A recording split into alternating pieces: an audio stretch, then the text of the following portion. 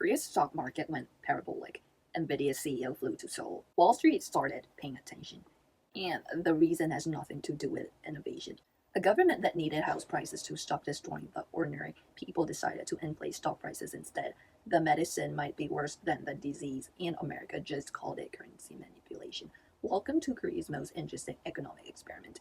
Spoiler, nobody knows how it ends. Korea has a housing problem that makes other countries' housing problems look manageable. Seoul apartment prices rose so fast for so long that a generation of Koreans simply accepted that they would never own property in the city they were born in, not because they failed, because the math was designed to fail them. The previous administration tried to cool the housing market, price caps, transaction taxes, restrictions on multiple property ownership. The policies the policies mostly failed. Prices kept rising. Resentment kept building. The current administration took a different approach.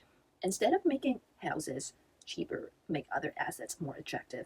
If ordinary Koreans can't afford houses, give them somewhere else to put their money. Give them a stock market worth investing in. The logic is cool and pragmatic.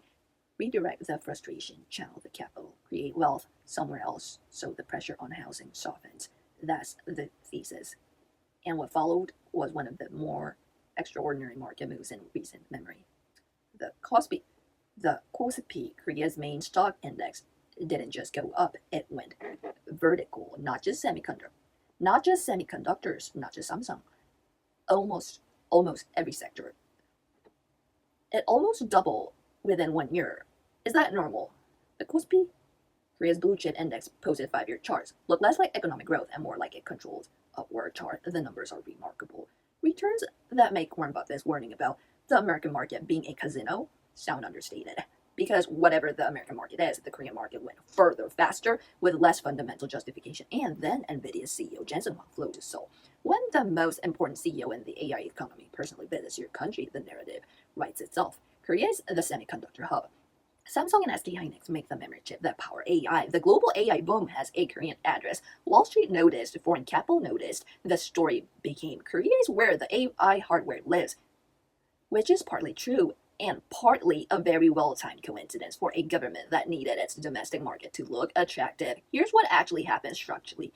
The government announced the Corporate Value Up program, a framework to improve Korean corporate governance, force companies to return more value to shareholders, close the Korean discount, the chronic undervaluation of Korean companies relative to their Japanese or American peers. Simultaneously, Korean government bonds are being pushed for inclusion in major global bond indices. Index inclusion means automatic foreign buying, billions of dollars flowing in regardless of where individual investors choose Korea. The Commercial Act amendments, changing how companies treat minority shareholders, making Korean stock more attractive to foreign institutional investors who had always viewed Korean corporate governance with suspicion. Every policy announcement pointed in the same direction. Higher stock prices, more foreign capital, more domestic participation. The government built a machine designed to produce one outcome, and it worked. And then America called it currency manipulation. Korean won had been weakening against the dollar. Korean exports become more competitive when the Korean won is weak. Korean stocks denominated in Korean won look cheaper to foreign buyers when the won is weak. America's argument, Korea is deliberately managing its currency to gain trade advantage. Korea's argument, we are normalizing our capital markets. But is it true? It bounces all the time. Structural reform. Nothing to see here. Both arguments contain truth. Both arguments are also convenient. The reality is that Korea is doing what every small export-dependent economy does when it needs to compete, managing the variables it can't manage and hoping the variables it can't manage. American interest rates, dollar strength, geopolitical risk move the wrong way at the wrong time. Currency manipulation designation is a diplomatic weapon. America uses it selectively. The timing when Korea's market is performing and foreign capital is flowing in is not random. Korea needs American security. America needs Korean semiconductors. The currency manipulation card sits on the table between them. Nobody plays it fully. Nobody puts it away. So is this good news or bad news for Korea? The honest answer, it's neither. It's a bet. It's a gambling. It's a populism. The government bet that inflating asset prices would reduce social pressure.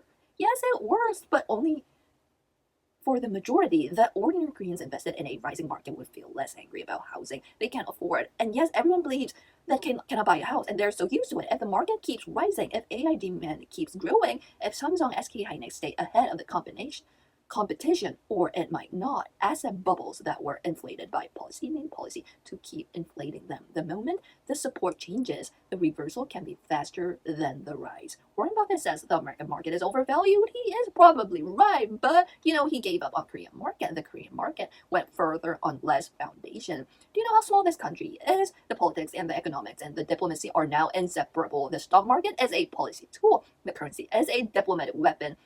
The semiconductor industry is a geopolitical asset. Korea took the most complicated possible situation, housing crisis, election, foreign capital flows, and made it all more complicated. Is this genius or desperation? In Korea, usually it's both, and honestly, that hits a little close to home, doesn't it?